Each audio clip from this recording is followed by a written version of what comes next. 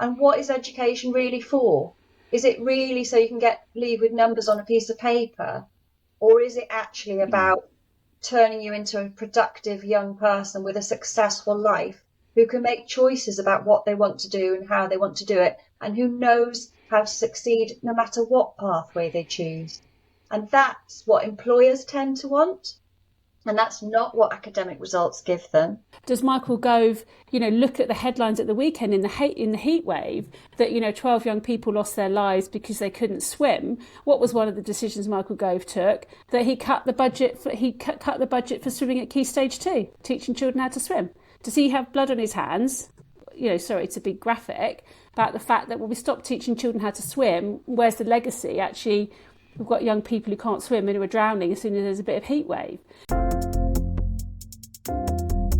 Welcome to Rethinking Education. Education's critical friend.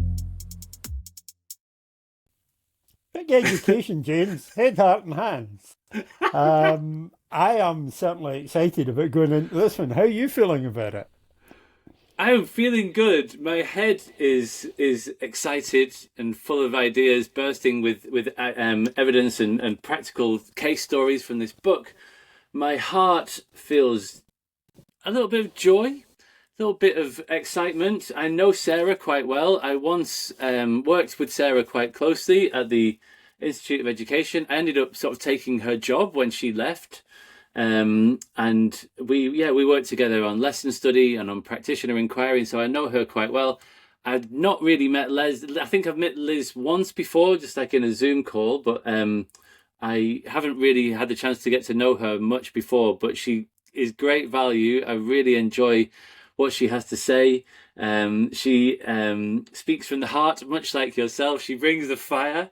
And so I'm very much looking forward to seeing her. And my hands, do you know what? Like we've got this other episode coming up with Guy Claxton and Emily Pohl, and it's really making me think about how the mind-body schism plays out in my own life. And I am quite a disembodied creature, I would say. I sort of just like exist mainly in the realm of ideas, and I'm not like a practical person. And so my hand, I don't even know what that means. But what do my hands think about this? Oh. Well, as long as they're jazz hands, I think that's really the important element of it. I find it really interesting.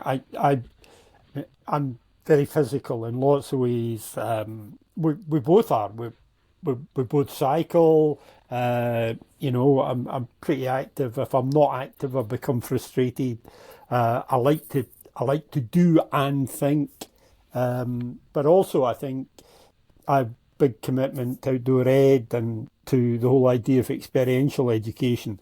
So this is one that will really chime with me, I think. And as you say, we've got two people who've got absolutely brilliant personalities, and they'll bring their heads, their hearts and their hands as well. Indeed. Well, let's get into this fascinating conversation with Sarah Seleznyov and Liz Robinson. Hope you enjoy the show.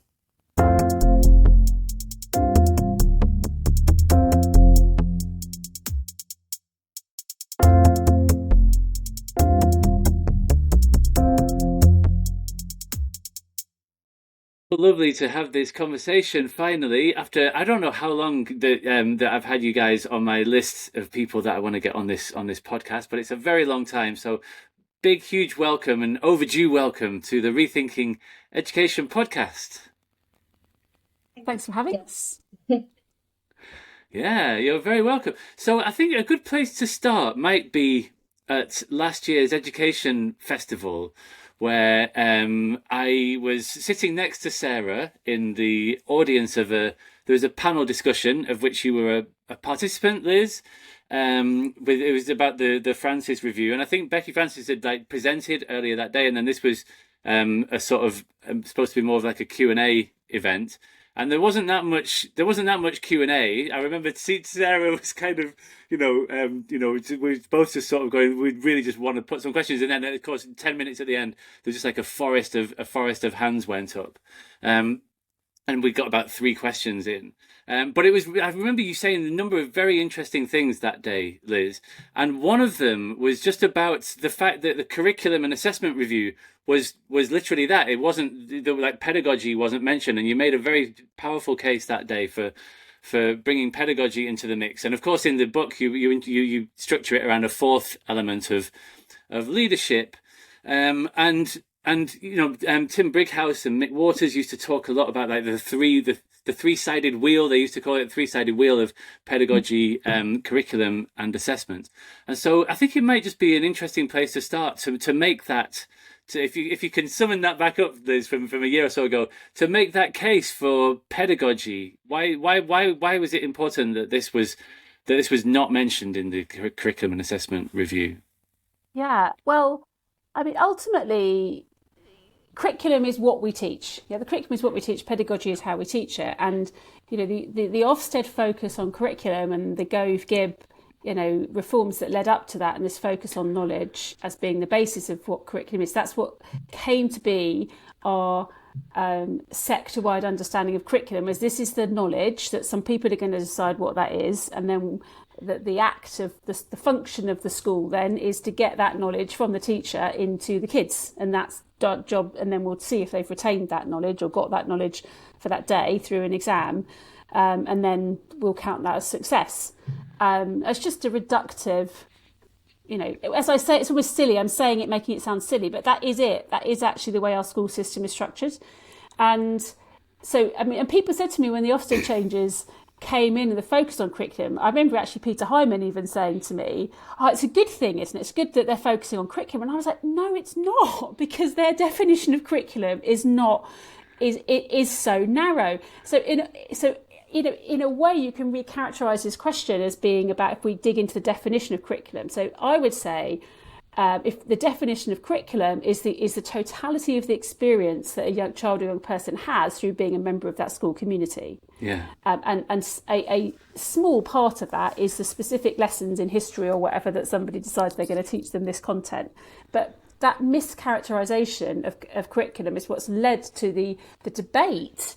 I mean, such a micro, largely irrelevant, debate is about, what do we teach in those particular sequence of lessons in history? Now, I'm not saying that isn't important. There's really important things about representation, decolonising the curriculum, whose knowledge, all of that stuff about what knowledge.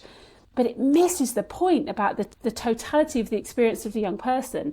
And so pedagogy just got written out of the conversation, because if your model of what school is here's some knowledge to get from the teacher to the students, direct instruction and all of that stuff about retrieval and Rosenshine, all the rest of it, it's all really good stuff if that's the aim of the task, right? So that just became the answer, that high quality teaching was about high quality direct instruction, and it is a good pedagogy, and it's a good thing to be really good at. It's just one pedagogy in what should be a repertoire of approaches that teachers have at their disposal, which they are then intentionally designing and choosing and using skillfully in order to achieve different things based on a different, broader set of learning objectives and things that we want young people to learn how to do and be good at.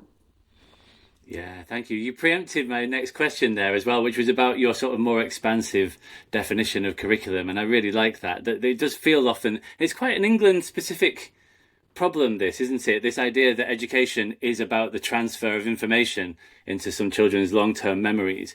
It's very narrow. And Sarah, it was almost quite comical, I thought, the way that you sort of expressed that in your session, which was just after that panel discussion last year, where you sort of started by going through a number of different curriculum models from around the world, from Australia, from Singapore, from wherever, a bunch of countries. And it's essentially all head, heart, hand stuff, right? It's just different ways of formulating knowledge and skills and this other sort of broader stuff, citizenship and what have you. And then you compared it to this, the English definition, which is learning is a change in the long-term memory. And it's kind of almost funny, but it's anything but funny, of course. It's lots of people are really having a very, very narrow and quite an impoverished experience of education because of that sort of fundamental, I don't know how you would describe it. I don't know if it's a misunderstanding or is that selective. I don't know. How would you describe that? It's a perversion, actually. It's a perversion, isn't it? though, because if you look at the broad body of research about curriculum design and development, what that political regime is they took a very, very niche and very narrow and minority set of beliefs about what the curriculum could be. So it's not they talk about broad and balanced curriculum, but they're in terms of the research that they curated to design that curriculum, it's not broad and balanced in any way. It's very, very narrow and niche, and there are not many researchers who would in academia who would agree with that definition of curriculum. So, and if you look at all the high performing countries internationally and all of the international models, like from the OECD or from the EU or the World Bank, none of them define the things to be learnt as narrowly as the English curriculum does. Absolutely none of them. Yeah. Yeah, really interesting. Well, we've dived in at the deep end, which is I sort of wanted to do. But let's just pull back a little bit. David, do you want to take the next one? Yeah, I mean, I'm sitting here listening to all of this, and James trotted out the head, hand, and heart thing, as if everybody that's listening will have read the book or be familiar with your thinking. And I think it would be helpful just to take a pause and say, what is big education, which is the title of the book, and what is head, hand, and heart within that, which is the subtitle of the book. Is that Brilliant. general enough for you, or would you like me to go wider? Shall I start off? Why don't I tell you about big education, then so I can talk about head, heart, and hand. So big education, we are a multi-academy trust, a little feisty multi-academy trust of 3 schools. So my background is I was the head of one of those schools, Surrey Square, which is a fabulous school in Southwark, Old Kent Road. And we set up big education both to work in the system, but also to work on the system. So I guess my take is that, you said the word that, James, people are having a partial, I'd say many young people are having what I would call a desiccated education. And what we think every young person deserves and needs is a big, fat, juicy, enriched, meaningful, purposeful education, right? But that was a bit of a long name for a trust, so we just went for big. So it's not that we're a big trust, it's that the education we think young people is big and juicy and rich and meaningful. And so that's what the trust is all about. And so we run 3 schools. They were about to merge in with a very large school group, Oasis, which is a whole other story, but who are modelling, exemplifying those practices. They don't all do the same thing. We don't have one curriculum and pedagogical approach. Each of the 3 schools are really distinctive and really different, even within the 3 schools. But we have a framework and a set of big questions that we ask ourselves around curriculum, around co-production with our community, around understanding our community, around our values, around what we think matters, and around assessment and all the other things. So we have this kind of standard set of big questions that we're asking. And then what we try and do as a trust, internally and externally, is help school leaders get better at getting better answers to those bigger questions about what those things might be in their place in their community. So we're working in the system, but working on the system very intentionally through a range of programs and projects. And the book is a culmination of kind of one of those projects called the Rethinking Schools project. We're in the rethinking space, James, so very on brand. Indeed. And other projects, rethinking assessment as well, and rethinking leadership. So lots of sort of different structured projects that we're working on, trying to be part of the change that we believe in. So work in a very kind of ecosystemic way with lots of different people, trying to work in partnership, really trying to model collaboration, and get some cut through to make change, both through a combination of kind of guerrilla, find the gaps in the hedges, to quote the late great Tim Brighouse, empowering leaders to sort of get on with it, but also try and show policymakers and politicians that there are different ways of doing it, and have kind of the compelling narrative and exemplification and evidence that there are different ways of doing it, and it's happening now, so why don't we do more of that? So that's the sort of flavour of big education. So Sarah, why don't you take over and talk about head, heart and hand? Yeah, so to talk to head, heart and hand, David, we think there are 3 parts to education. The head, education of the head, is academic learning. We think that's really important. It's really important that children and young people leave schools with the basic skills that they need, with the qualifications that they need to make choices about their own futures. But we think that's had a really too much of an emphasis in the last few decades, particularly in England. And what children and young people also need is an education of the heart, which is well-being and relationships, but also the hand, which is creativity and skills building. And we think those things have been kind of forced out of the learning process because of this really heavy focus on knowledge within the curriculum. And we think that what we're seeing now in terms of really complex and challenging problems within the education system is a result of that imbalance in terms of the offer for young people. So we saw since COVID a massive problem with engagement, attendance, with well-being. All of those fit under the heart curriculum for us. And we're seeing now with reports coming out, Alan Milburn's report and lots of reports about the changing job market at the moment for young people and the difficulties young people have getting jobs. For us, that's about the hand curriculum. Do they have the right skills to succeed as young people in what is a very, very rapidly changing workplace? And we don't think our schools are doing the right thing for them right now. So we're trying to redress that imbalance in the book through 4 areas, through leadership, curriculum, pedagogy and assessment, and bearing in mind that anything you change, as you said, James, in those 3, curriculum, pedagogy and assessment, all 3 of them need to change. And I think that's often the problem with curriculum reform, that it doesn't really consider those 3 things, going back to what Liz said about, the curriculum and assessment review, not thinking about pedagogy. It's also not really thinking about changing much in terms of assessment either. So if you make changes to the curriculum and you don't change an assessment, you don't think about pedagogy, you just don't get change, basically. I think you've established a habit that I'm not entirely sure I approve of, which is anticipating the next question. You're so forward thinking, David, what can I say? You did it first time round with James, and I mean, my question, which I've spent ages developing and indeed polishing up, was to say, goodness me, the Alan Milburn report has just come out, and in the language of the terracing, are you Milburn in disguise? To what extent does the work that you're doing really anticipate what's come through from the Milburn report? And to what extent are you not only anticipating our questions, but to what extent are you also doing Milburn's job for him? Because he's not bringing out the recommendations till the autumn. And I feel you might be making a case for having them in place now. Respond to all of the above. I think we're also making a case to have them earlier.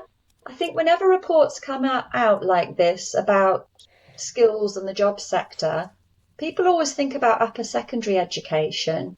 And really what we're saying in this book is that it's wrong all the way through from year 1 upwards. We actually have a lovely early years framework and a really great pedagogical model with the characteristics of effective learning, and a really great curriculum model that emphasises all aspects of the head, heart and hand in terms of the development of young children. And then suddenly what happens in year 1 is just sacrilege, really, for me. We take a model that comes from university A-level GCSE at the youngest, and we just squeeze it down onto 5-year-olds so that they're receiving a curriculum that's inappropriate in terms of its content, but also in terms of its pedagogy and the way that we assess it. And that then causes problems all the way through the system in terms of children switching off, becoming disengaged, children with special needs or summer-born children or boys just not fitting into the way that things are taught and the things that are being taught, and becoming disaffected and getting mental health and anxiety problems and learning difficulties. And I think the Milburn report doesn't look back far enough, really. Absolutely. Can you spot your needs? Can you spot your needs in Key Stage 1? Most head teachers would say, yeah. Yeah. I mean, hopefully, great schools do something about it. But you know who those vulnerable, you see them. You see them, year 1. I think that is, as you say, Sarah, you see boys in particular with the emphasis on phonics, and not that phonics per se is a bad thing, but that what that drives into being told to sit down, shut up, you just see them switching off. So yeah, I think that's right, David. We are definitely, but I also think, are we preemptive, or are we just? I can't believe it. I've just turned 50 this year, and I just feel like I'm one of those like people who's like just stood still saying the same thing long enough, and then the pendulum swings back. Do you know what I mean? That feeling, because I became a head teacher in 2006. That's just over 20 years ago that I started as a head teacher, not as a teacher, as a head teacher, in a really, really, really challenging, under-resourced community on the Aylesbury estate, where Tony Blair went on his first day in office and said, "This is the sort of community New Labour will regenerate." Which, to be fair, like the regeneration he started is still ongoing, right? It's quite extraordinary how that transformations happen. Anyway, not bringing politics into it, but 2006. So I was a head teacher for 4 years at the tail end of that New Labour government. And what I experienced was we were part of an extended schools network. There was an expectation that our doors were open beyond the standard school day and at the weekends. And we had to work, there was money there, but we had to work collaboratively with other schools in our locality to look at what the offer was across the place. We had a Sure Start centre, so families were being supported from pre-birth all the way through with parenting courses and all of that stuff. We had team around the child. We had co-location of services. I had early intervention mental health services in the school, providing for early intervention support for children and their families being delivered in school, right? And we had Every Child Matters framework, where we had 5 outcomes, one of which was about stay safe. And I was talking to somebody, who was it yesterday, was talking about, does Michael Gove, look at the headlines at the weekend in the heat wave that, 12 young people lost their lives because they couldn't swim. What was one of the decisions Michael Gove took? That he cut the budget for swimming at Key Stage 2, teaching children how to swim. Does he have blood on his hands? Sorry to be graphic, about the fact that when we stop teaching children how to swim, where's the legacy? Actually, we've got young people who can't swim and who are drowning as soon as there's a bit of heat wave. So because staying safe and thinking about childhood, obesity data and the shared outcomes framework that sat around that, and looking at teenage pregnancy data, was a shared problem for health services, for the police, for social care. I'm sounding like I'm on a rant. I am, aren't I? Because the point is, and then we're talking about, wow, let's do place-based working. Let's do co-location of services. Let's think about shared. It's like, we flipping well know how to deal with this stuff, and we were doing it. I'm not saying Every Child Matters was perfect. It wasn't, but we were doing it in a very, very sophisticated ways, and they just set fire to it all. And I won't be gaslit to be told anything other than that. That is the truth. So, David, are we ahead of the curve? Or frankly, people say, oh, big education's radical, or Surrey Square's radical. It's like, it's not radical. I started doing this work in 2006 when it was what government policy was. We just didn't stop.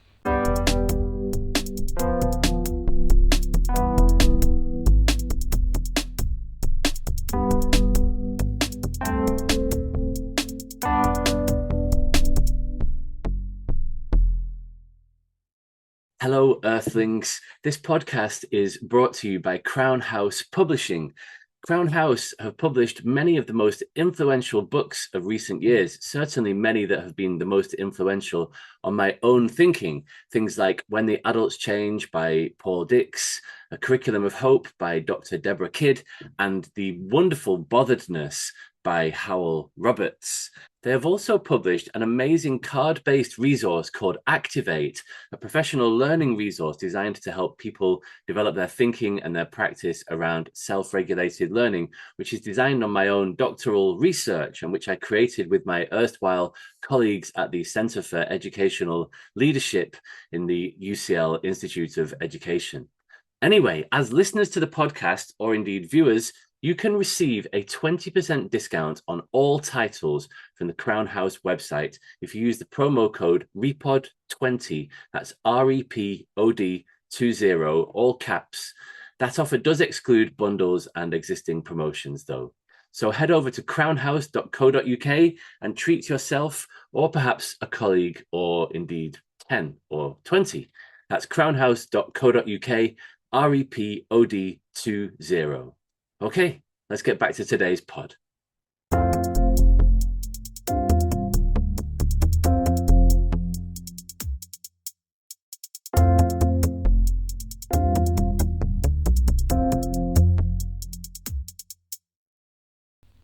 So there we are. There's my soapbox rant. Well, let's get real here. I turned 50 quite a long time ago, and I've made an entire career out of the same rant. And, one of the things I'm known for is still speaking the same crap I spoke when I was 18. So, Liz, back off. That territory is already marked.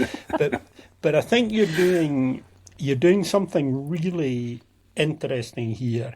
One of the things that we used to talk about in terms of change is that if you only pull one string in the marionette, it jerks. So whether it's curriculum reform, you pull that string, the marionette just jerks because you don't get the training that supports the curriculum change, you don't get the pedagogy that supports all of that, you don't get the staffing, you don't get the investment.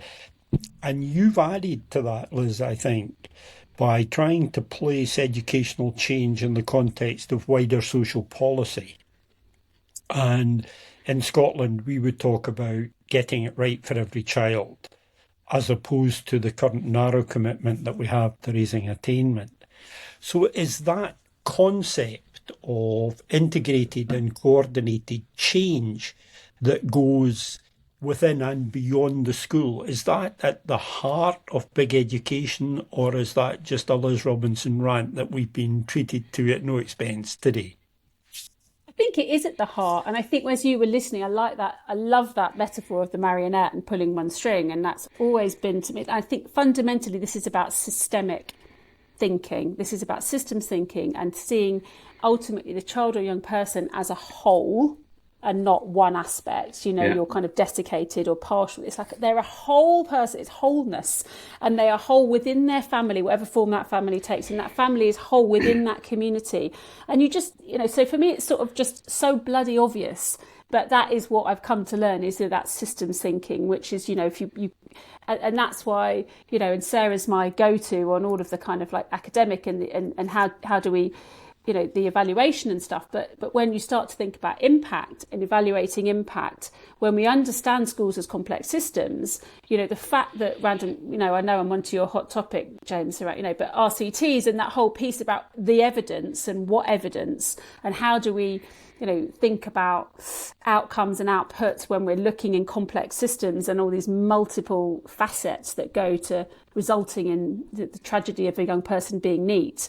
It's so complex, isn't it? So just one thing to say on that doesn't make us despondent. So I think it is a systems thinking mindset. I've come to understand it as that. I didn't know that when I started out. It was intuitive. But a great piece of advice which stays with me, which was Damien, I've forgotten his surname, sorry, it's gone out of my head, who's the chief exec of Doncaster Council, Damien Allen. And he was talking about this, and he said, Liz, you've got to think systemically, but act systematically. And I think that I love that, because it's, yes, when you think systemically, you can kind of go, oh, well, we can do a bit here. And it can become so blurry, and you get loads of systems thinking people who are so like, just talk a load of bullshit, sorry. And it's like, well, what are you actually doing? So think systemically, yes, but how do you act systematically? And like Sarah, I hope you'll talk a bit about the Rethinking Schools programme, which is an example of how do you think holistically, but then do something really in a really focused way, which is why we love, design thinking and those kind of processes which enable you to, as Louise Stoll would put it, learn your way forwards together in things. That goes back to your comment about the fact that within big education, the three schools operate quite differently according to their different contexts, because we're not big believers in one-size-fits-all solutions. So really, and the book was structured in this way, because it came from the Rethinking School project, which is structured in this way, which is that we can all follow a line of inquiry and test an innovation and design something that we want to prototype and test under a thematic umbrella. But it's wrong to assume that every school's solution will be the same. So it's more important to give people the tools to design their own local solutions and the information to support them to make that design as productive and effective as possible, so that it builds on other people's experiences and knowledge and academic research and good practice guides. But it's not appropriate to just run programs which tell people how to do things and how to solve problems, because problems that involve schools and children and families and communities, they're all unique. And they all need to come up with their own solutions. So they need to learn the skills to design and test and evaluate those solutions rather than just being told what solutions look like and how to implement them. Yeah, I love that. I'd really like to come back to this in a little while, because in your chapter, one of your two chapters, Sarah, is about what it means to be evidence informed. And I know that we used to work together at the Institute of Education, and we used to use this phrase a lot, which I think appears in that chapter as well: engaging with research and in research. And you need to do both of those things, because you can't just take ideas off the shelf. So I really want to get into that in more detail. But let's just work our way through these 4 sections of the book, and we'll in as much detail as we can muster in the time that we have. And so the first one is leadership. And your chapter kicks off that section, Liz.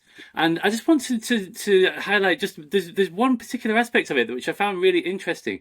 So the last episode that we published was with somebody called D. Nick Citrick, and it was about power dynamics in schools. The episode was called "We Need to Talk About Power Dynamics in Schools," which often doesn't really get spoken about much. Who holds power? What does that look like? How do those dynamics play out? It's often really unspoken. And one thing that we ended up talking about was how some people who sort of adopt this like leadership persona as being somebody who's very sort of tough. They think that robust is the way to go, and it's sort of my way or the highway. If you don't like it, there's the door, sort of thing. And somebody who I know who researches this stuff has spoken to a number of people who are retired leaders, who came to really regret that they had taken that approach, that they thought that that's what strong leadership looked like, but they really regretted it. And you write about this really interesting sort of process of like integrating your sort of public self and your private self, if you like, and bringing yourself to work, as it were, a little bit more, and sort of being open about your interests, but perhaps also some of your vulnerabilities, and just sort of being authentic, and a bit softer and a bit more sort of relatable, I suppose. I'd just be really interested to hear your thoughts about that whole process. Sure. Yeah, really happy to, James. I think, it's sort of like the cloak of invisibility, isn't it? Or the superhero thing that we feel, we as leaders, we have to have the answers, know what to do all the time, be strong, and all of those kind of archetypes. And I think this is really nuanced because, so I do talk a lot about being vulnerable. And the example in the book I talk about is obviously on screen how I call myself Liz Robinson. But my closest, nearest and dearest would all call me Lizzie. And in fact, I'm sort of working out how I start calling myself Lizzie, actually. So you'll have permission now to start calling myself Lizzie in professional capacity. But in the sort of the way I describe it, that partly because I was very young when I took up my headship. I was in my late 20s, and I sort of felt I had to project this sense of a head teacher. So I bought all these quite old fashioned big jackets and stuff. And it was actually my mum who was like, Liz, what are you wearing? Why?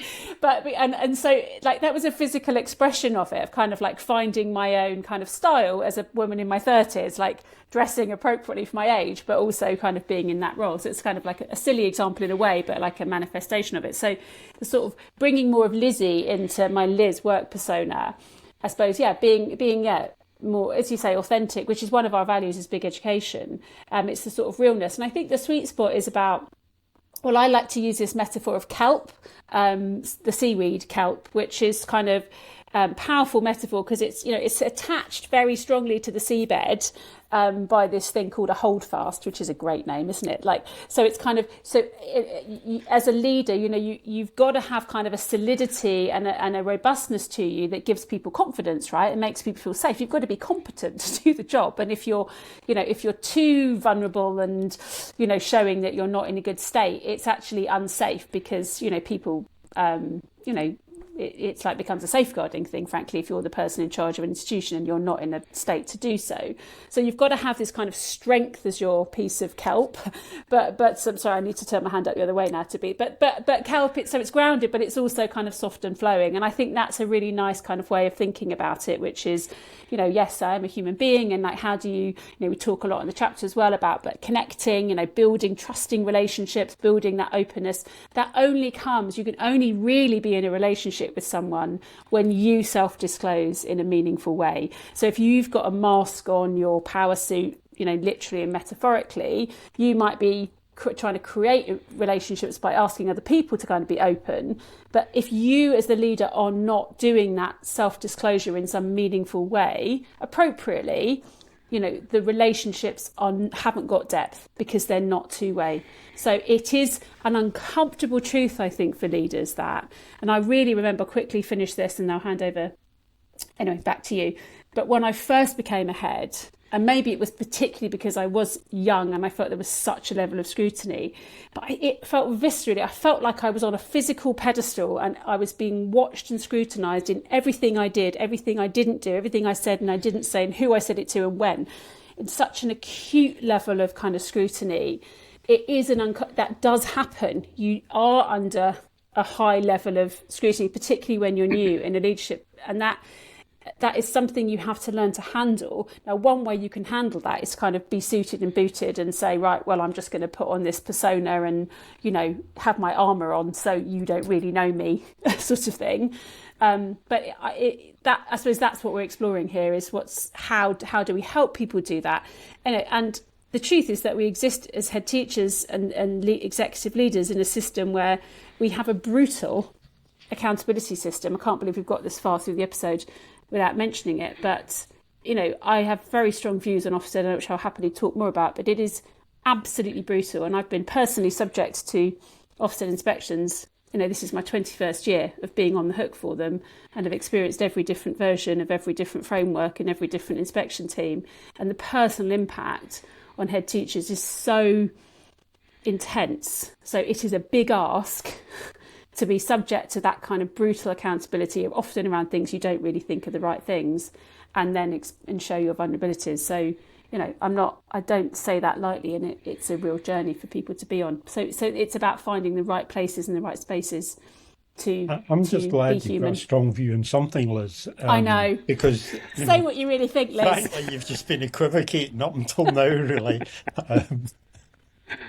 Good to know what it's like working with me, David. Yeah. Sarah's like, good to know you're finally getting off the fence. Everybody in education is just as opinionated as I am. Can you imagine what it's like as an organisation? It's amazing. I just building on what Liz has said, and in relation to the book, I think all of the chapters in that first leadership section are about being relational and inclusive in everything that you do as a leader. So building professional development around teachers' agency, exploring how relationship building is a better approach than behaviour management, so the sort of team around the child work for inclusion, looking at school improvement processes and reframing them as design thinking so that they include more stakeholders and more perspectives. And they're all the chapters in that first section. They'd have that common underpinning of you can't be an effective leader if you don't think about relationships, and you won't build a successful school if you haven't thought about relationships. Yes, yeah. And absolutely. one thing I'll just build on that. Sorry, James. Only just final thing to say, just that, and this is a very unhumble thing to say, but it is also about humility and ego. So the superhero thing, I'm here, I'm saving the day. And, you said to me about the book, I think before we started recording, but my name's not on the book.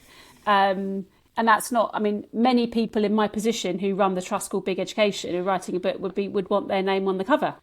Now, I didn't want my name on the cover because I think it models something, which is this is a collaborative project run by loads of different people, and I'm a part of that. And of course, I run the organisation and develop the project with Sarah and all the rest of it, and I could put myself at front and centre of it, but it's also trying to model that. So, and I think that's a kind of also a bit of an exquisite tension with then trying to get cut through in the system and make a net, because some of the people who then do get listened to it's because it's them and they've pushed themselves, and there's a tension with that. So I push, I am, I hustle a lot, but that I try to do that for the work and for the organisation, all the people in our broader network, not for it being about Liz Robinson's personal gain and profile, if that makes sense.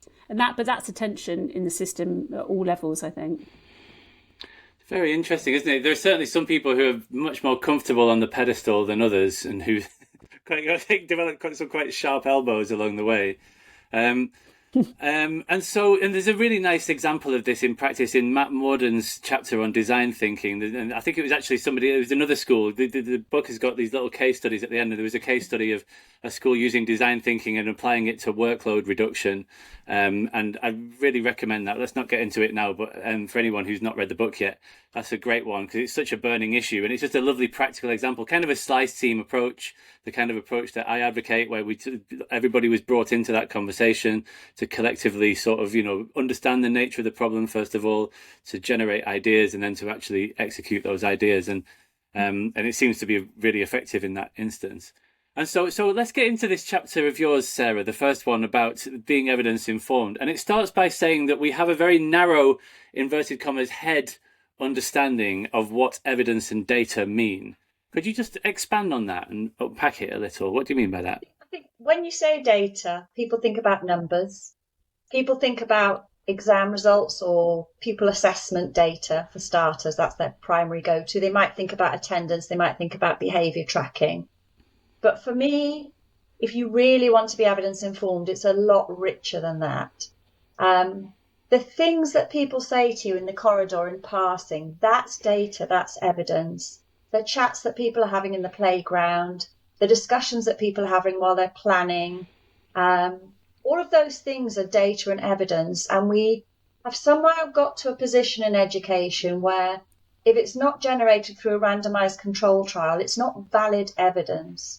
I'm also a big believer in teachers carrying out their own research. And I think the whole RCT thing has suggested to teachers that their own research is not valid and not meaningful, not worthwhile.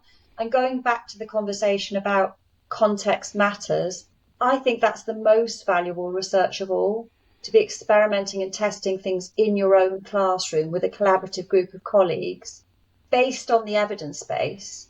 That's a much more meaningful experiment than trying things at scale across hundreds of schools. They're very unlikely to work at scale across hundreds of schools. There's a very interesting analysis of the EEF by some Dutch researchers that showed that almost none of the projects that the EEF has funded, so almost all of the money that they've spent basically over the decades, has led to null or insignificant results on outcomes in their large-scale projects. Yeah, it's about 70%. Yeah, and that's a waste of money when it could have been put towards developing teachers' ability to experiment, design new practices and test ideas out in the classroom and scale them up in their own contexts, and really develop their expertise as professionals. And as part of that, for them to really understand what a really rich set of data and evidence looks like, because I think we've kind of lost that along the way somehow, and it's not good for education to be like that. Yeah, I completely agree. I'll try not to get onto my soapbox too much about RCTs, but I agree. You mentioned in that chapter about how Bierster has sort of written that they're arguably actually damaging because it sort of outsources the decision making to the EEF, and it's like, oh well, I'm an evidence-based practitioner because I'm doing the 3 or 4 or 5 things at the top of the EEF toolkit league table thing, which also makes zero sense. But let's set that aside. The best bit about the EF is the implementation guidance, which most people don't bother reading or getting to, which is basically design thinking, iterative design, test, learn, figure out what works. So that, my frustration with that is like through the MPQs, all of that suite, that's not the bit that gets focused on. And that's the leadership bit, which is how do everything you've just been talking about. So it is there, but that's not the bit that everyone looks to. They look to the pound signs. Yeah, right. I mean, I would take a different view on the implementation guidance. I do think that it's good that it exists, and I believe it's one of the most downloaded documents from the EES website. So I do think that people are reading it, but I just think that it's quite thin on detail. Like it's quite a high level, so like a conceptual framework for what change looks like, and they've got this like cycle with 4 stages: develop, deliver, sustain, and whatever embed. But it does not contain the sort of the granular. Implementing change is so hard, really, really challenging. Even just in your own life, isn't it? Just like to change something small about your own life is really hard. Changing people's habits in something as large and complex as a school or a trust is really complex. And, like, for example, with regards to slice teams that we mentioned earlier, in the EEF guidance, it says, oh, it's a good idea to have, a representative change team. And that's it. It just says like one sentence. It doesn't say like, how does that team get formulated? Who should be on it? How do you appoint them? What does that team look like? How often do they meet? What happens? How are decisions made? What happens when there's disagreement within the team? None of that stuff is mentioned. And that's like everything. The stuff. That's no, I couldn't. I'm sorry, James. I know I pressed the button there. I shouldn't have. But so I'll pull back. I mean, I'm not. Yeah. So, but it conceptually, the thinking is that now, and all the work we do is about as you do, is like, well, what does that actually look like, and how do you do that? And actually, the people that wrote the chapters for this book, they come from vertical slice change teams within their schools through the Rethinking School project. Yeah, so I noticed that towards the end of the book, you mentioned about the Rethinking Schools, and they have these change teams and that use implementation science, which is music to my ears, as you can imagine. So just to go back to this chapter, there's a distinction that you draw from our erstwhile colleague David Godfrey about the difference between evidence-based practice and research-informed practice, which I think helps to elucidate it. Would you mind to just explain a bit about that distinction? Yeah, so I'm not in any way suggesting that teachers' own research is so productive and important and high quality that they can ignore anything that's been researched outside their own schools. And I think this point is made in the design thinking chapter as well by Matt Morden that you mentioned. We've always got to start from the evidence base that's available to us. One of the things I teach on the Rethinking School project is that innovation is not some shiny new thing that you pull out of your head like a light bulb that no one's ever seen before and no one will ever see again. It's a really, really slow, iterative process that builds on a lot of data, and in data in its richest sense, as I've talked about earlier, but also evidence from researchers, from other schools, from other organisations, from other countries, to give you the best grounding from which to design the ideas that you want to test out in your own context. So teachers need to be involved in research, but they need to use other people's research in order to make their research productive. That's really, really important. And they also need to understand how to analyse the impact of what they're doing. And in that way, also, they need to draw on evidence of effective ways of gathering data and measuring the impact of things. There are some lovely research tools out there that I routinely use with teachers, like the Leuven scale, which measures engagement and well-being through classroom observation, which are not very well known in the education system, but really, really useful tools for measuring things that are hard to measure when you're trying to make a change to practice. This is very much music to my ears, because one of the things I used to do a lot was to say that we need to turn the evidence-informed practice on its head and talk more about practice-informed evidence. And it seems to me that gets very much to the substance of what you're talking about. And the other thing, if I can just indulge around, is I quite often show a slide which is all the impact, the EEF impact for various interventions, and classroom assistants are flatlining on it. And when I put it up, I always say, tell that to a school that's got good classroom assistants. And if I'm in a school that's got good classroom assistants, that's exactly their response. And there's something really interesting about all of this in relation to your book. And it's come through, I think, a lot in the conversation as well. And you don't have a lot that's new to say.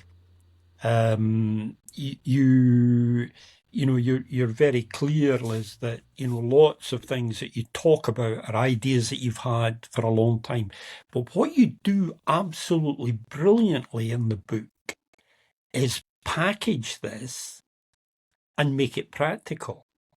So the idea that you're talking about, if you like, seminal and fundamental ideas and concepts is entirely appropriate, because what you're doing is you're illustrating it through the medium of practice.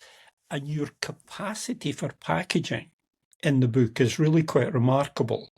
There are a number of times when I've looked at things in the book and thought, there's something I've thought before, but I've never thought about it like that.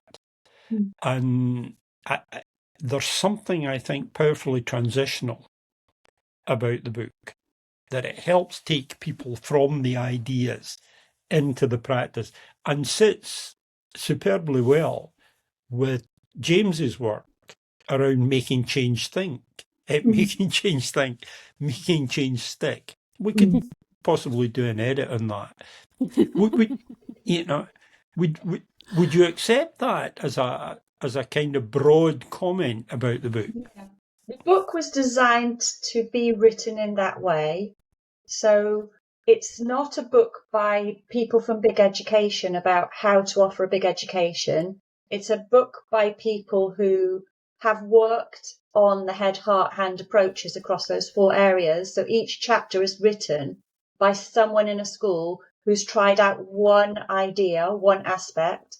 And then each chapter is, as James mentioned, accompanied by a vignette from another school who did that, but did it in a different way.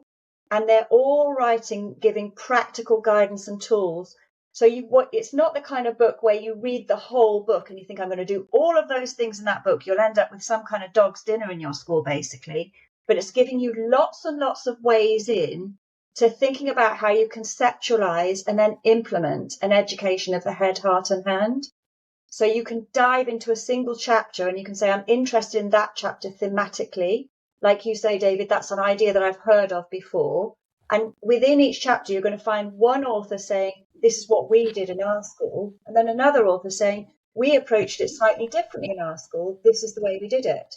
And then you've got some questions at the end to enable you to think about how you might take the learning from those 2 authors and apply it within your own context. So it's really about showing the multiple different ways there are to offer an education of the head, heart, and hand in different geographical contexts, in different school contexts, with different ages of students, with different kinds of teaching staffs.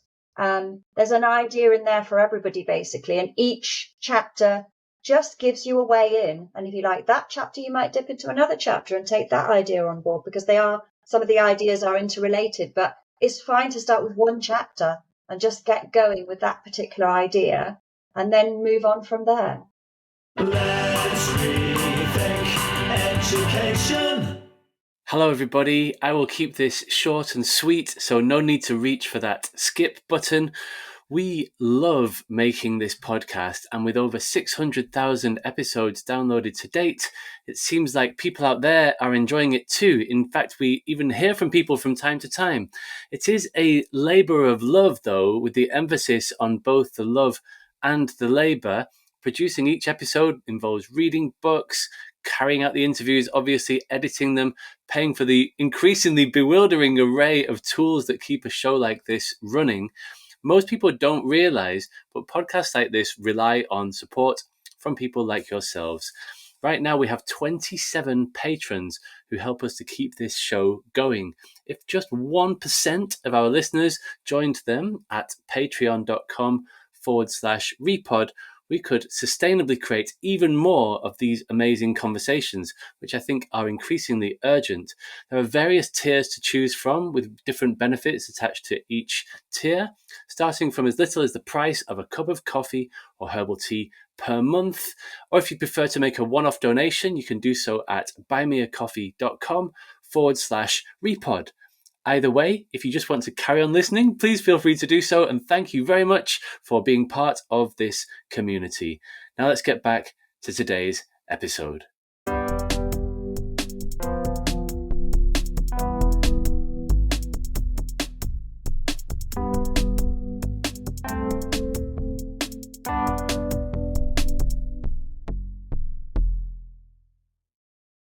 David, if I may, just to also acknowledge and thank you for that lovely feedback. It's really, really lovely to hear your perspective on it. And 2 things I wanted to say. One is, as I tried to explain big education, you know, that is what we have always tried to be, is an integration of big thinking and practice, and like not and being both.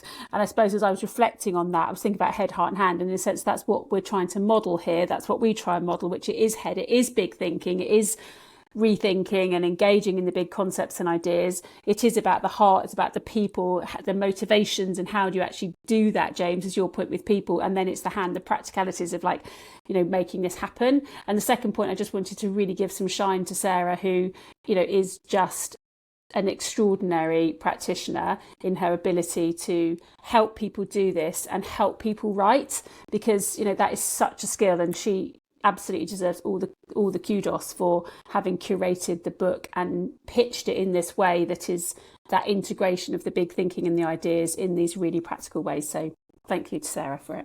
Yeah, and the other thing I wanted to pick up on, just following on from your comments here, is the questions. And I'm absolutely delighted that you highlighted how central they are to the book, because I think they're one of the real strengths of the book. They're very good, very positive, very reflective questions. And because what you're trying to do, I think, throughout is to say, we've got a framework, and we're utterly committed to this framework. But within this framework, we can have variation, we can have implementation. We need consistency, but not conformity. And we certainly don't need uniformity. So what we need for the framework to work is people who share values, share beliefs to a certain extent, but are prepared to engage with questions and be reflective. I mean, again, is that a reasonable kind of summary of what you're trying to do, and particularly around what I think are a brilliant set of questions? Yeah, it's all about getting people thinking. What we don't want people to do is, you know, there are some chapters in this book that are written by schools whose practice is just mind-blowingly inspirational. You know, I've visited these schools, and you literally, your mind is blown when you visit there. You're so impressed with what they're doing. But they're at the end of their journeys, and we don't want people to read these chapters and feel like, oh my God, this is so out of reach, this is so beyond me, my practice is so bad in my school. We don't want people to think that. We want people to think, okay, that's really, really inspirational, and perhaps it's too big a leap for me right now in my context, or I'm not in a leadership role in which I can enact such a big idea in such a huge systematic way as is described in the chapter. But the questions then give you just some points for thinking about your own practice and ways in and small things you might adapt and change to make a move in that direction, even if you can't fully plunge in and make the changes that you want to make.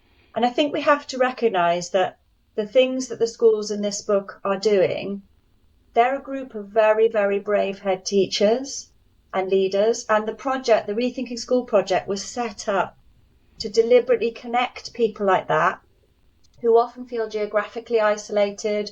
When they talk to schools in their local area, they're talking a different language, and people are saying, well, why are you doing that? That's not going to get you higher GCSE results or better phonics marks, or not going to get you a better Ofsted grade.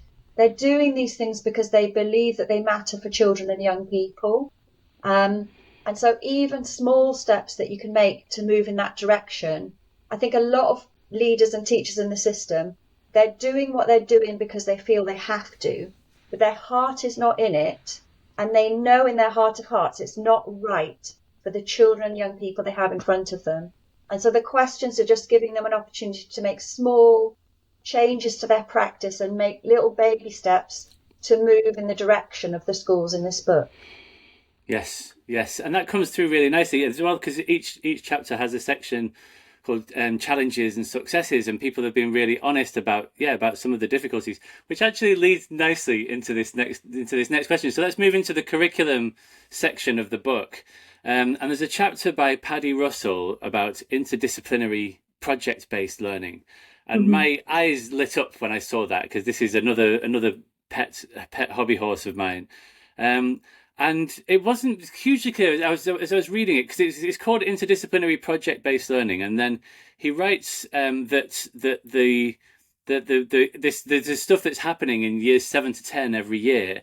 And I was sort of wondering, like, wow, how is that happening? Have they carved out curriculum time that's away from subject learning for this work to take place? But then there's a table. I don't know how. It's probably a while since you looked at this, but there's then a table. It's on pages 82 and 83 if you have the book to hand, which sort of breaks it down by subject area. So it's like, oh, here's a project that we're doing in science, and here's one in English, and here's one in technology, and so on. And so it does look like it's happening within subject boundaries, and therefore, and there might be a bit of interdisciplinarity going on there, but it's still sort of, it's going to be seen by the kids as a science project or as an art project. And just to explain where I'm coming from with this question, like you, I believe in the value of a big education, and I've seemed to have alighted on this question, or rather a single sentence, which has just been going around my head for about the last year or so, which is simply that there is more to human development than learning about subjects, which is another way of describing, head, heart, hand. But when you look at a school timetable, it's just all subject. Literally, the whole concept of a school timetable is that everything is subject-based learning. There's art, and then PE, and then music, and what have you. And the work that I've done in the past is to carve out curriculum time in the school week that is not that it's something else. We called it a learning skills curriculum when I did my PhD on that. We've since helped schools develop these all around the world, in Wales, never in England yet because of the whole Gove Gib thing, but in South Africa, in China. We're working with a school in Australia at the moment. They're calling it the Learning Lab, and it's like stuff that's distinct, that's like actually carved out from curriculum time, where this work can breathe and can take place without the sort of, away from the constraints of all of that accountability that you were talking about, Liz, and the pressure that's on the teacher just to deliver this, all of this content. So I'm just interested to hear your thoughts on this. I don't know if you know this about whether that's what happens at that school. Is it Ladybridge? It's Ladybridge, yeah. Ladybridge in Bolton. It's an amazing school. Yeah, a really amazing school. And they have had to make significant alterations to their curriculum to enable this. It's not just been the case of, let's make a little pilot of this. It's involved significant curriculum change. And we've actually got some independent schools who are authors of the book as well, who've gone even further than that, because they are allowed to, within the framework, once they're loosened from the framework of GCSE accountability. Mm-hmm. So schools like Bedales and Latimer and King Alfred School, who've been part of the Rethinking School project, are looking at developing their own project-based qualifications as alternatives to GCSEs and getting them formally accredited by the exam boards. So that's the direction of travel, really, because they're realising, and this is part of our Rethinking assessment campaign, students don't leave school age 16 anymore. So they don't need to have that full set of statutory exams age 16. They probably need to be examined in English and maths, possibly science, but they don't need all the rest. And therefore, if we don't need all of that time to pump them full of subject knowledge in the other subjects, how can we reorganise our curriculum to make it more meaningful, authentic and purposeful for students? And interdisciplinary projects are the best way to do that. Yeah. You can cover actually a lot more content when you put it into the context of an interdisciplinary project than when you try to teach it in separate subject silos. Yeah. And really, what are the subject boundaries, James, would be my argument. Like, where does science begin and geography end? Geology is an example of that. Like, where's the distinguishing line between geography and science in terms of geology? Where does it sit? And the further you go through your education, the more you need interdisciplinary skills. We have interdisciplinary universities now popping up all over the world. And we know that a lot of the real challenges that we're facing globally, so the gap between rich and poor, the climate crisis, AI, those problems are not going to be solved by people working in subject silos. So the kinds of minds we need are the kinds of minds that emerge from learning through a project-based learning experience and an interdisciplinary application of learning. You're still learning content, but you're learning it in a much more meaningful, authentic and purposeful way. And like you said, you're also learning those learning to learn skills, which make you a better learner. And I would argue a better human being as well. So a lot of the schools in the project are doing things like that, and several of the chapters in that section are talking about the integration of competencies into the curriculum and more interdisciplinary work. But it does involve brave leaders, because you do have to rework your timetable and get teachers working with each other who've historically never worked with each other. And that's a learning process in itself. Absolutely. Which is, that really is about pedagogy, isn't it? When we go right back to the beginning of the conversation, that you sort of think, it's interdisciplinary learn. You think from a curriculum perspective, we're going to put some geography and some science together or some art together. But the reality is what it demands is a different pedagogical approach from the teachers of how to integrate, how to start with, what do we actually want to learn?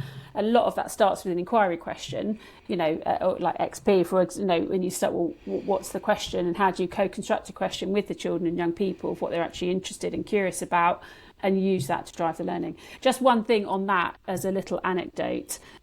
Sarah, as one of the co-founding head teachers of School 360, which is of course featured in the book, and School 360 from the big education schools perspective, and in truth it's got some of the most radical, to use that word, practice of any of our schools, and really pushed the boat in terms of retaining play-based provision, continuous provision type active design for student learning in year 1 and year 2, and indeed play-based up into Key Stage 2 as well. But when Ofsted came to visit, we only had up to year 2, didn't we, at the time? And a lot of the provision, obviously the curriculum was very, very carefully mapped by Sarah and Andy and the team. So all the content was there, but it was delivered through projects, thematic projects. And at the end of the day one inspection, we had an inspector who'd never been a head teacher, not that being a head teacher is the only thing, but had never been a head teacher. And I kid you not, sat for 2 hours with myself and Sarah, who, as you have gathered on this podcast, are fairly formidable pair who do know a thing or two about education and pedagogy, but who wouldn't give us outstanding. And ultimately the school did not get outstanding for the sole reason that she made an assertion, which is that the children would have learnt more if they knew that what they were learning was called history. And I kid you not, we debated that for 2 hours. And in the most patronising voice possible, at one point she said, well, there's been all these reforms about the knowledge-rich curriculum and the need for children to acquire knowledge and to know more. And me and Sarah, and it was outrageous, and we complained all the way to the top of Ofsted, because it was an assertion, which is that how can you possibly say that they would know more if they knew that what they were learning was called history? Talk about reductum ad absurdity, whatever that saying is in Latin. Sorry, I can't remember, but it was such an extreme example of it. And anyway, she had 4 hours collectively of me and Sarah trying to talk her around, but she wasn't having it. And she dug her heels in, and that is just outrageous. And the quality of provision, the quality of student learning, and for the only thing she could say was, well, they didn't know it was called history, so it can't be good learning. That is an end point of absurdity. Right, rant over. Not that we're still bitter or anything, but no, because it was just wrong. It was just so wrong. It was if you say the quality of provision isn't great, okay, but that is not a justification. It was just outrageous. I'd like to compliment you on your healing. Sort of, I think exactly. So it was 15 years ago. No. Let's stop and mark the extent of your recovery. And could just, I just the point? It's the point about bravery, and that's the point. And Sarah, these things matter. As a head teacher, you say, "Oh, I got outstanding." That much as we've sort of done away with some of that grading stuff, but it is like it's an exceptional school. It's not outstanding school. It's an exceptional school. And Sarah's skill. Imagine having Sarah and and Andy putting all of this, implementing it into a brand new school, being so brave and so courageous, and then to have a sort of low quality, mindless person, sort of not recognising that, and as part of your professional profile. I'm sorry, and I would name her, except I won't probably get sued, but it's outrageous. And we're not the only school.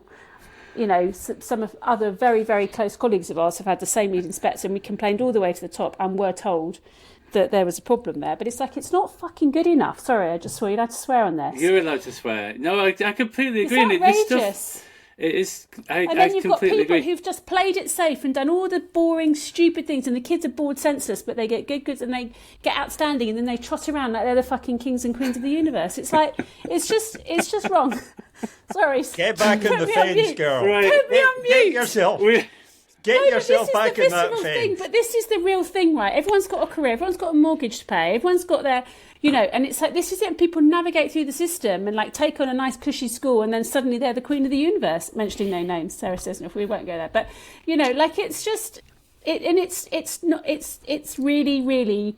So you talked about safety, James, in one of your power dynamics and whatever. Yeah. Like, that is played out at the system level as well. Completely. Yeah. And so It's easy to be safe. It's hard to be brave, and hopefully this book helps people be a bit braver. I would say. I think that's what we're trying to do. Really, is help people to be a little bit braver than they are at the moment.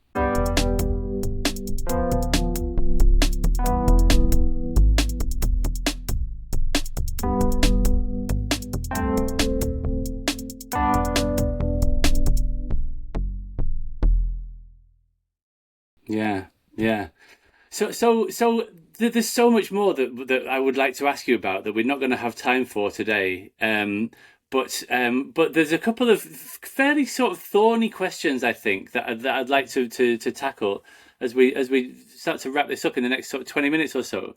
One of them is another pet topic of mine, which sort of relates to, if we're fast forwarding through the pedagogy section, there's some such rich, just in passing, there's some such rich practice here. Just for people who haven't read this book yet, the chapter on health and wellbeing at Kensington Primary School, the stuff that they're doing there with physical education, and the kids can wear trainers and tracksuits.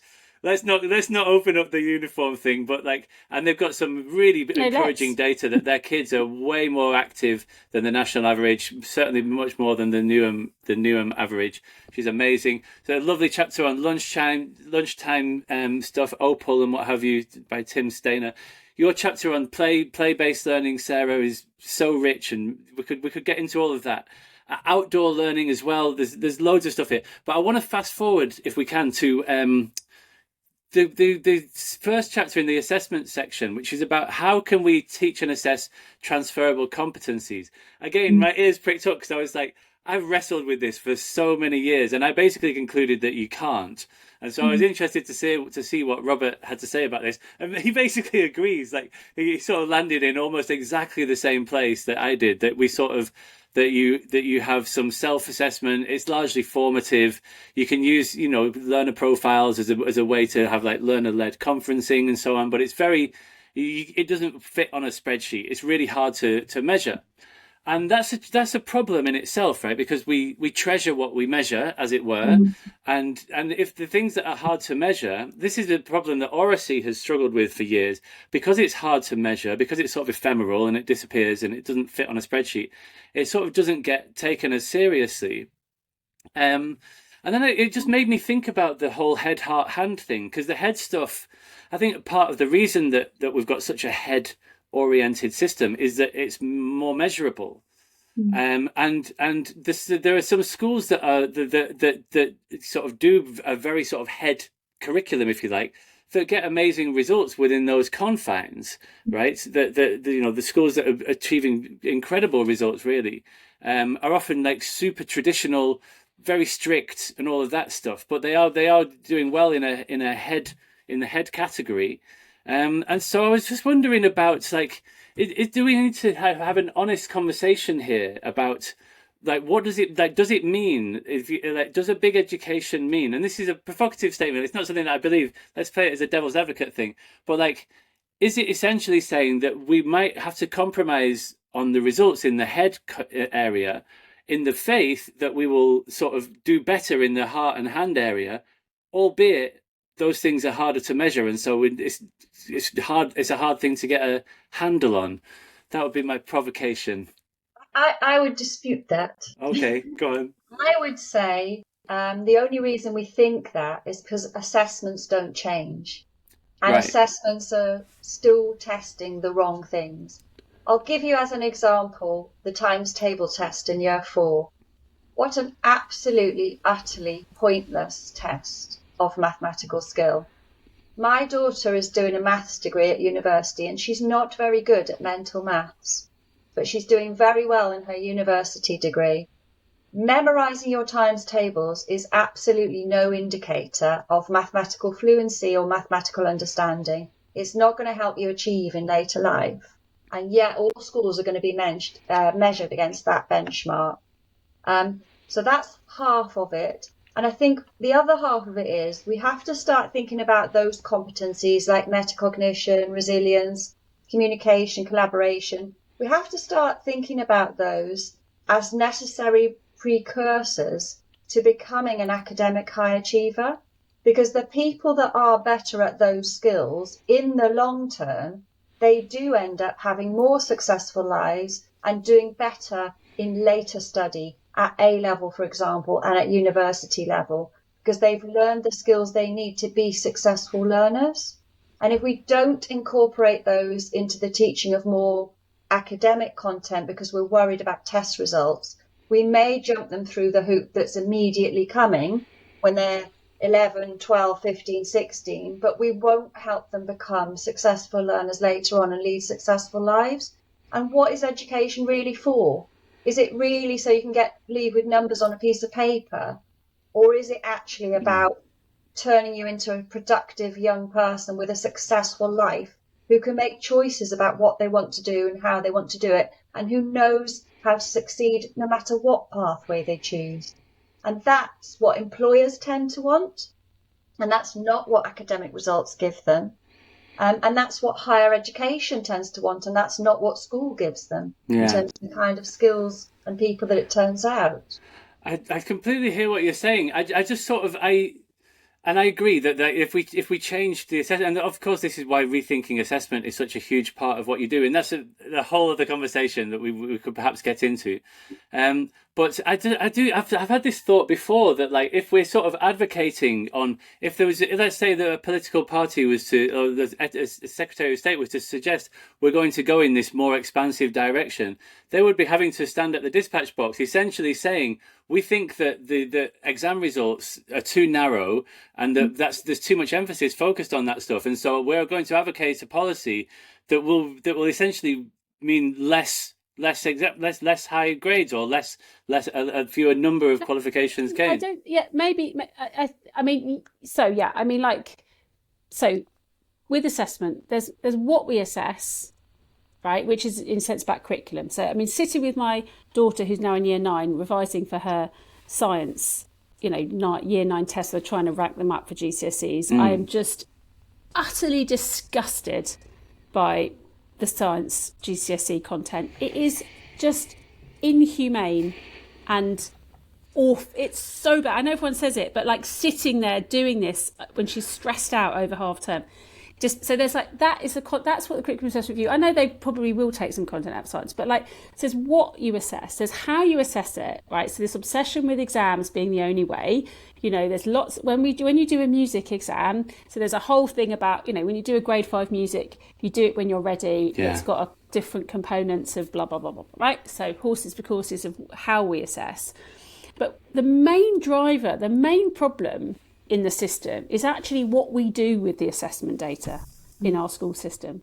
So there's problems with both of those two bits, but it's the meaning that's made from the results for schools that drives all the perverse incentives and all the behaviours. So when we start to look at, so for me, when my retrospective Every Child Matters, one of the things that we had in place then was a shared outcomes framework with and if you go back and look at it, there's a whole raft of different data points and different metrics that we were looking at collectively. And when we go back to that point, David, you were making about not just pulling one string of the puppet, when we think systemically about a young person, there's all sorts of data and information about them that tell us about how they are now and how they therefore might be in the future, right? So how do we look at a whole broad range of data, and there are increasingly something we've done for years.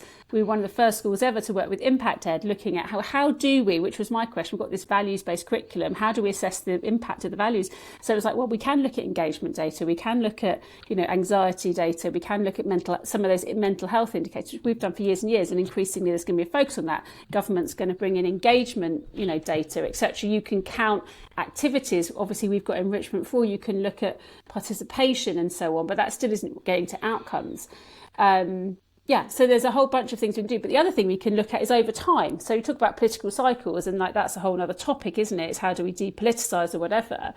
But going back in time, one of the things we did was look at our primary school pupils and tracking them through to their GCSE results and indeed their A-level results and their destination. So if we're thinking about the child through time, we're talking about the NEAT and the Miliband review, etc. Milban, not Miliband, isn't it? Sorry, I keep getting them Milban. Milban.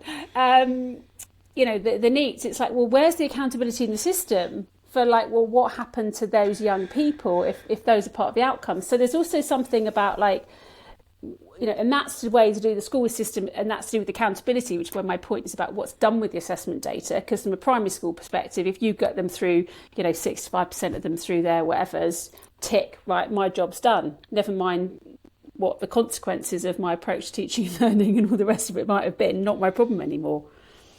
So, yeah. As well, James, there are a lot of state schools writing chapters in these books, and all of them have to jump through the same accountability hoops as other state schools in the system. And none of them are doing these things to the detriment of getting the kids the exam results that they need. And they don't. And the people that wrote these chapters would say that they're actually adding value to the children's academic results rather than detracting from them by thinking more holistically about learning and about education. So I don't think any of the practices in this book, including the implementation of competency progressions into the curriculum, actually harm academic outcomes in any way whatsoever. No, I agree. And indeed, my own research, my own PhD was like an 8-year study of one of these initiatives, the Learning to Learn initiative, which involved a huge chunk of curriculum time, kids out of subject lessons for 400 lessons over 3 years.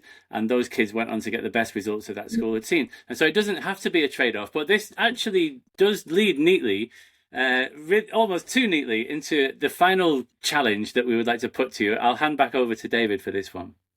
Yeah, I think it's really interesting because the underpinnings of both the Scottish and Welsh curriculum reforms are very, very similar to the underpinnings of big education. The 4 capacities for curriculum for excellence in Scotland, the purposes of curriculum in Wales or whatever. And yet, several years into implementation of curriculum for excellence, it's deemed to be failing here. In all sorts of ways. It's not delivering for either traditionals or for progressives.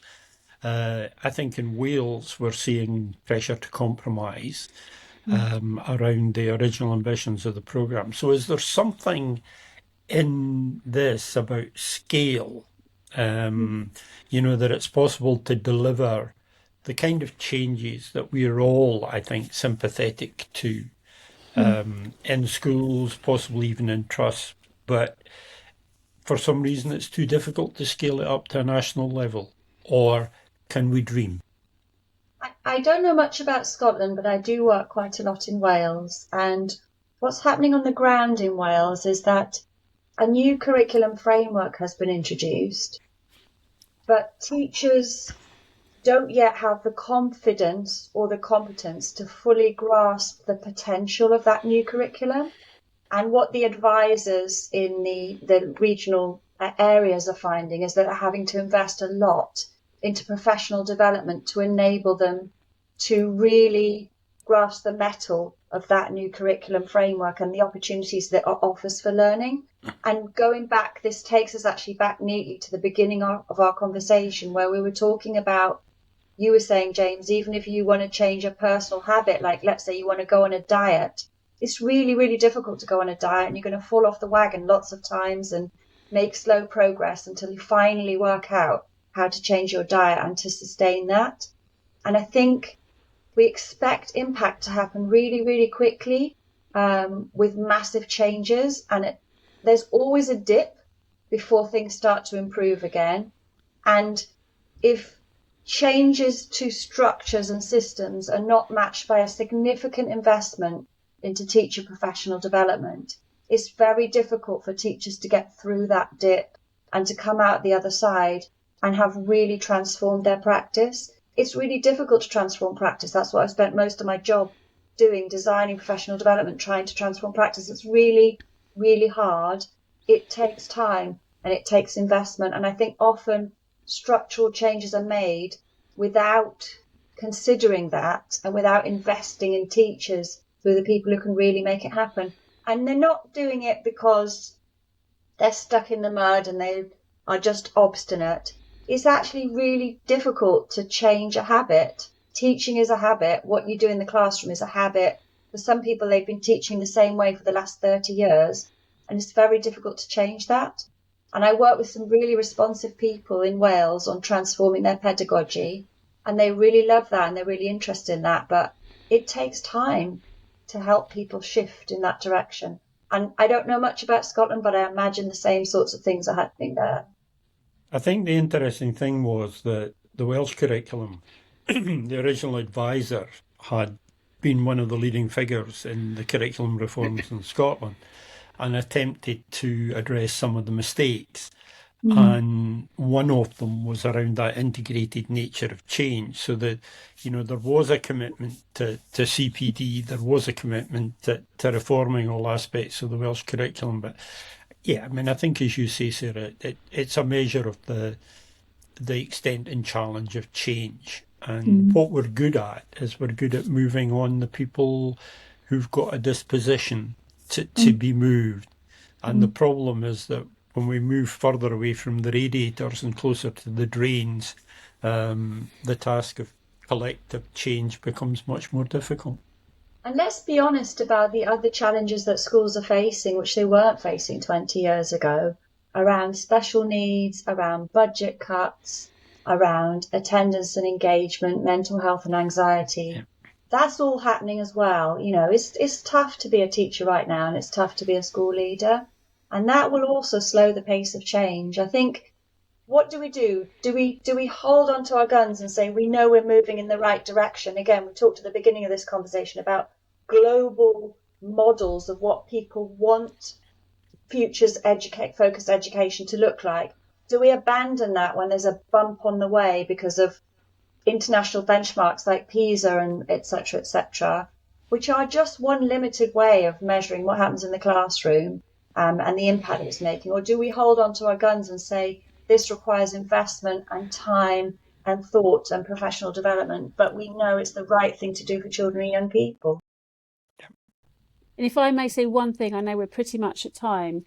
I've just been asked to do some work in British Columbia, which is one of the highest performing jurisdictions in the world. And, just in the initial calls with them, it was so fascinating because their entire mindset is about inquiry and learning at a system level, and this is huge, vast swathe, area of Canada, and it's just embedded at every level. You look at their leadership competency framework and their leadership learning models. It's about inquiry. It's about learning our way forwards, together.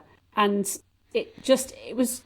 I went in the call, I was thinking, what on earth have I got to bring to you? Because this looks like heaven on earth. I don't know what I've got to bring to the party here. But, a long-term systematic commitment to the kind of approaches that we've been talking about at school level here around, inquiry and creating evidence and learning from the best evidence with, etc., at a system level. And that is so far away from where we are. So we're trying to model and do our bit, and let's just keep on. Let's fight the revolution, guys. Evolution, Indeed. not revolution. Revolution. I remember your post on the back of the Becky Francis review, Sarah. You were like, we need revolution, not evolution. They've got it the completely wrong way around. Well, thank you both for for this conversation. It has been really, really enjoyable and energizing. Thank you also for bringing this wonderful book into the world, which we heartily commend to any listeners or viewers. Anything next? Just a final thing. Anything next? Is there anything coming up? Where can people find you? Is there anything coming up in the big education world? I saw your newsletter the other day. I know there's a few things going on. What can people do to get involved? Yeah, we'd love to get some more schools involved in Rethinking School project next year, which is the birthplace of all these great ideas that are in the book.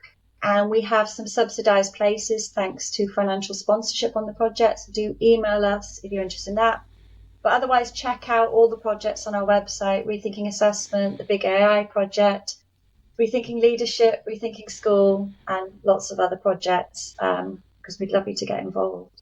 And just to say, Liz and I are writing a big education leadership book at the moment. Are you? Yes. Or maybe are you going to put Lizzie on the front of that one? Definitely. That's the challenge. James, no, good call. Okay, I like it. No one will know who it is. I need to do something before we finish this up, because I have managed now to go for 1 hour, 22 minutes and 33 seconds without mentioning the fact that Liz Robinson's greatest claim to fame has not been touched on at all in this conversation. Her Yikes. greatest claim to fame is that she is indeed a contributor to Unfinished Business, the life and legacy of Sir Tim Briggs. And I would never be forgiven by Crown House publishers who help us with the editing for this, were I not to mention the fact that Liz Robinson has got a chapter in here. And you know what, Liz? It's nearly as good as Big Education. So well done on that. And Thank you, there's no David. swearing in it. You're not rude about anybody. And there's even an element of equivocation in it. So can we commend all of your contributions to the growth of educational thinking across the universe? Thank you. Fabulous. Thank you, David. Thank you very much for having us. Yeah, it's Thank been you. brilliant. That's a perfect note to end on. Thank you, guys.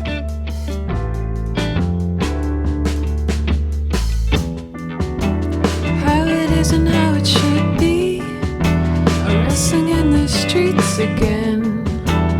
One's got the other by its expectations. The other is going for a submission.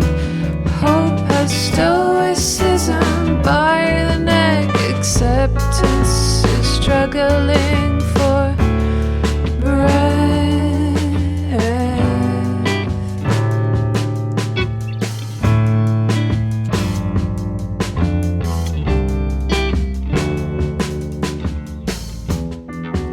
'Cause driving has it on the ropes. What I want is being choked.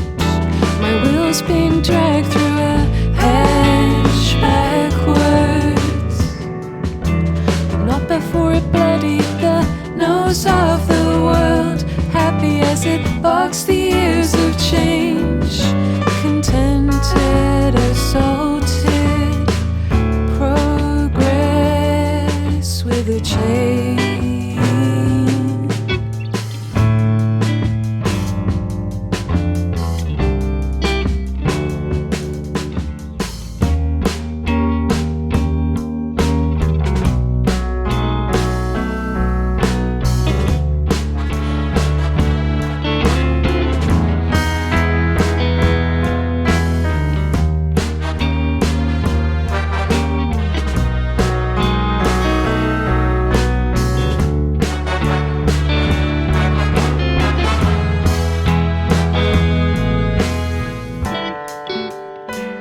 May you find kindness under that stone. May the fall come early this year.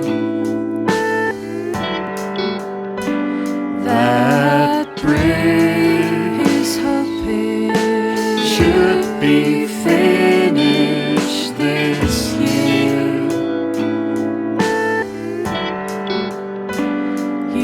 can go.